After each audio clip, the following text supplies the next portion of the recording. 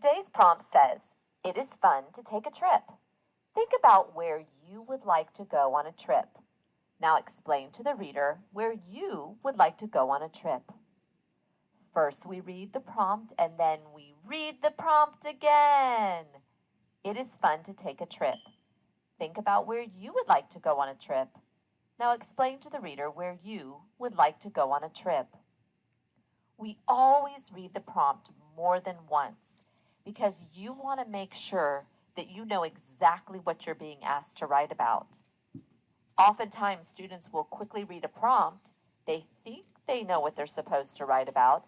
They write an entire essay, and the whole thing is wrong because they didn't follow what the prompt was saying. So always read the prompt more than once. After you're done reading the prompt, you analyze the prompt. You've got to look for two different things. First, the type of writing. There's three main types of writing that you will be doing. There's expository writing, where you explain something. Expository can be called explanatory or informative, and it's where you're almost like a teacher teaching something or explaining something to the person that's reading your paper. There's narrative writing, where you make up a story about something, and there's persuasive writing, also called opinion or argumentative, where you're giving your opinion about something or you're trying to convince your reader about something. Today, we see the word explain. When you see the word explain, this is your clue that you're doing expository writing. Again, it's also called explanatory or informative writing. So today, you're going to be explaining something to the person that's reading your essay. The next thing you look for when you read the prompt is, what is it asking you to write exactly? Today, it wants to know where you would like to take a trip.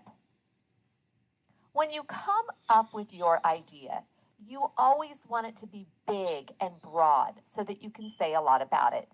You don't want to choose a place that there's not a whole lot to say about. That's going to make it difficult for you to write. Pick something big and exciting. Maybe you'd like to take a trip to Disney World. You would enjoy the rides, shows, shops. Maybe you'd like to go to Florida. There's beaches, SeaWorld, water parks. Maybe you'd like to take a trip to the beach. You would go surfing, fishing, snorkeling, build sand castles. Maybe you'd simply like to take a trip to your grandma's house. You love her cooking. She has a swimming pool. She spoils you. She takes you places. Whatever you choose to write about needs to be some place that you know something about. You have to know something about it in order to write about it. So be careful that you're choosing something. It could be something you've seen on TV, but it doesn't have to be a place necessarily you've gone, but it does have to be somewhere where you know enough that you can write about it. It could be another state. It might be another country. It could be the mountains, the park, an amusement park. Just make sure that you're choosing a place that you're going to be able to write about. Today for your plan, we are writing 1, 2, 2, 1. Sometimes we'll do 2 middle paragraphs and sometimes we will do 3. Ultimately, it's up to your teacher whether you do 2 or 3 middle paragraphs. Notice that the transition words are written to the left. We have to begin with, moving on, and in final thoughts. The top number 1 does not get a transition word. If you do not have a copy of this plan, please write it at the top of your paper now.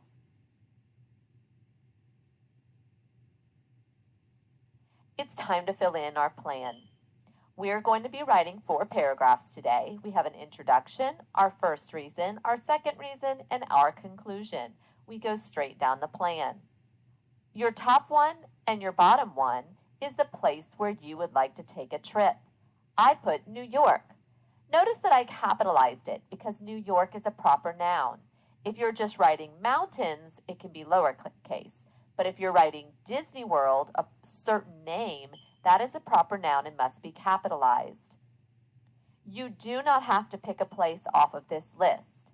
Think of somewhere that you would like to take a trip and write it next to your top one and your bottom one on your plan now. Now the twos. You need to come up with 2 reasons why you would like to go to this place. I'd like to go to New York to see the plays and go shopping. You need to come up with 2 different things or reasons why you would want to visit the place you chose and write it next to your number 2s now. Your plan is filled in. It's time to start writing your essay. We're going to start at the very top with our number 1. Our number 1 is our introduction. It introduces what you are writing about to your reader. I'm going to be guiding you step by step through writing your introduction. The way we remember the introduction is with C12A. You're going to memorize C12A because this is going to help you write an introduction. The C stands for catch. This is the sentence that catches the reader's attention. The number 1 is the number 1 on your plan. This is where you write a sentence telling the reader your number 1. The 2's, you list your 2's in a sentence, and the A stands for announce. You're going to announce your number 1 on your plan. In your Write Right packet, you have a sheet called Introduction. On it, you can see C12A. This resource will guide you through writing your introduction. We're going to start with the C. The C stands for catch. You're catching the reader's attention. There's 2 different types of strategies that you can use for a catch. One is a broadcast, and the other is the imagine strategy. Today, we're going to look at the broadcast. Under broadcast, it gives you starter sentences that you're able to use. The only thing you have to find is what the prompt subject is. In order to find the subject of the prompt, you must look at the prompt. Today, our subject is trips. So you might say, the spotlight today is on trips. Brace yourself as we jump from the high dive into the world of trips. Today, we are shining a light on trips. So wherever you see prompt subject here, ... or a line, that's where your subject goes, which today it is trips. It's always a good idea to make up your own broadcast. And when you do this, you try to make it relate to your subject. So what do you think of when you think of a trip? I always think of a suitcase. I might say, grab your suitcase because we're taking a trip. Maybe you think of your tickets, or maybe you think of a camera, or your traveling clothes. Put on your traveling clothes because we're going on a trip. So that's a broadcast. Again, you can use the sentences that are here, or you can come up with your own. On my essay, notice that I have indented, and I wrote, the spotlight today is on trips. I started with a capital letter. I ended with a period. Also, I indented. This means that on your paper, you draw an arrow about the size of a dime, or by this point, you can simply leave a space. On your paper, please indent. You have different catches to choose from. Write your sentence now. You've done your catch. Now it's time to tell your number 1. Your number 1 is where you chose to take a trip. I picked New York. This means I have to use New York in a sentence. I wrote, I would love to take a trip to New York, period. Notice I started right after my catch. Right after this period, I started with my next letter. You're going to start with a capital, end with a period, and you write something like, I would like to take a trip to, or it would be fun to take a trip to, and tell what you picked for your number 1. Do this now. You've done your catch, you've told your 1, it's time to list your 2's. My 2's are plays and shopping. You're going to put your 2's into one sentence. I wrote, New York has great plays and shopping. Notice I put the word and in between them. Point to the number 2's on your plan. Whatever you have here, you're writing them in one sentence. Do this now.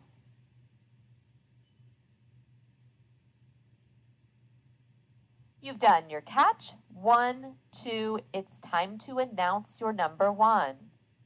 On your resource, if you look at step 4, you do have some choices for your number 1. It says, let's blast off into the world of, buckle up as we peek into the cosmos of, hold on tight as we experience.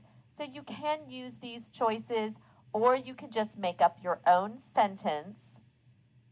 My number one is New York. I wrote, going to New York would be loads of fun, period.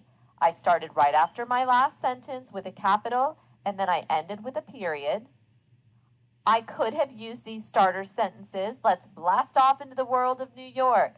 Lace up your shoes as we explore New York. So these are starter sentences that you are welcome to use. Look at your number one and announce it in a sentence now.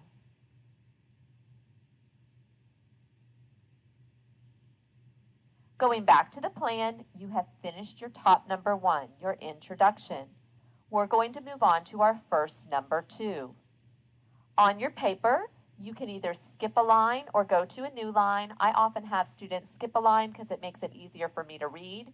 It's a teacher preference, so it's up to your teacher. So either skip a line, that means leave a blank line, or go to a new line, and then indent, and you're going to start off with your transition word.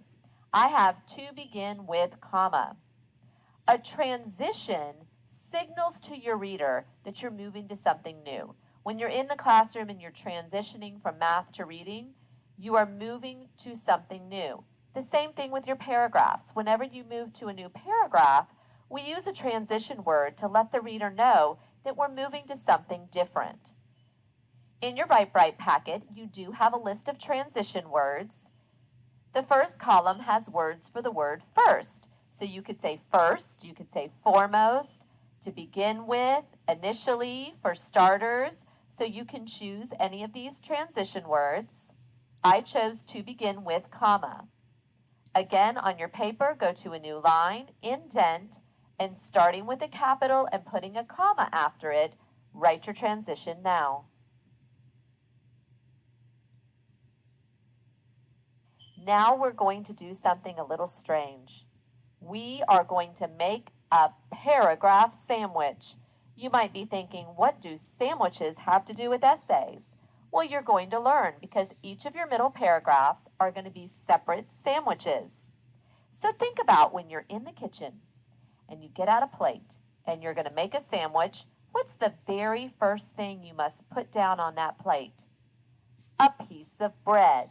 This is your topic sentence. Your bread is your number two. I want you to say, my bread is my number two. Excellent. My number two is plays. So when I say put on my bread, I have to use this word plays in my first sentence.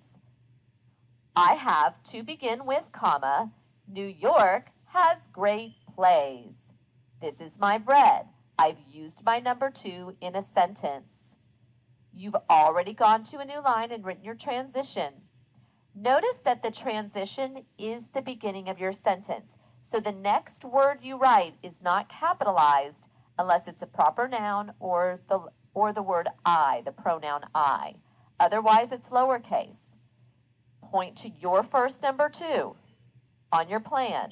Whatever word is written there, that's going to be your bread. You must use that word in a sentence. Do this now. Your bread is on, but there's nothing on your bread. Now you've got to load it up with all of the things that's going to make that sandwich taste good. The turkey and the cheese and the mustard and the mayonnaise and salt and pepper and lettuce and whatever you like on your sandwich. Those are your supporting details. The only thing I'm allowed to talk about in this paragraph is my number two, which are the plays in New York. Here's what I wrote. I have never visited New York, but I've been told that their plays are some of the best in the world. One time my grandmother visited New York and saw Chitty Chitty Bang Bang. She told me all about the play. She said that at the end of the play, the car went flying through the air over her head. I could only imagine how exciting it would be to see a car fly out into the audience. I loved to listen to her describe the architectural features of the theater. She told me that the ceiling was several stories high and there were beautiful sculptures on the walls.